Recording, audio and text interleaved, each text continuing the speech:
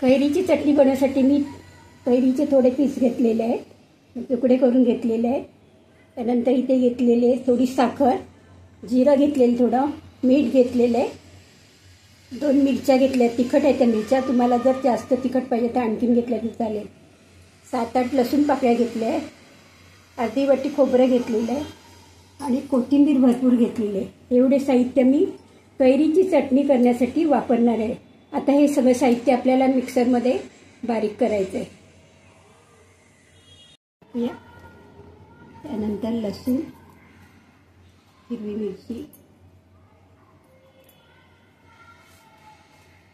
मीठ, जिरं आणि थोडी साखर, खोबरं,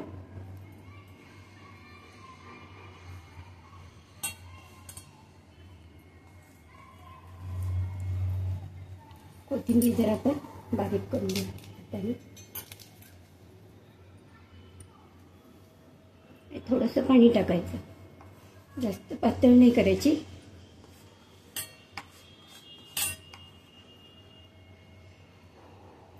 पाण्याची गरज लागली तरच टाकणार आहे, कारण आपल्याला ती पातळ करायची नाही. तेव्हा मिक्सर फिरून घेते मी आणि नंतर पाण्याची गरज लागली तर पाणी टाकणार आहे. नाही जास्त नाही, थोडं अगदी.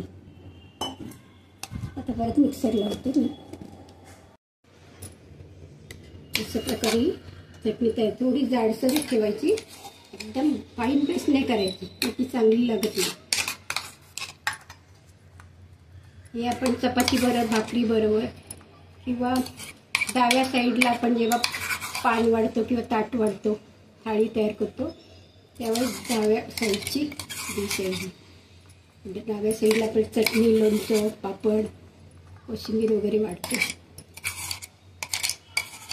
तोंडी लावण्यासाठी आपल्याला हे चटणी उपयोगी पडतात. ही चटणी तयार झालेली आहे.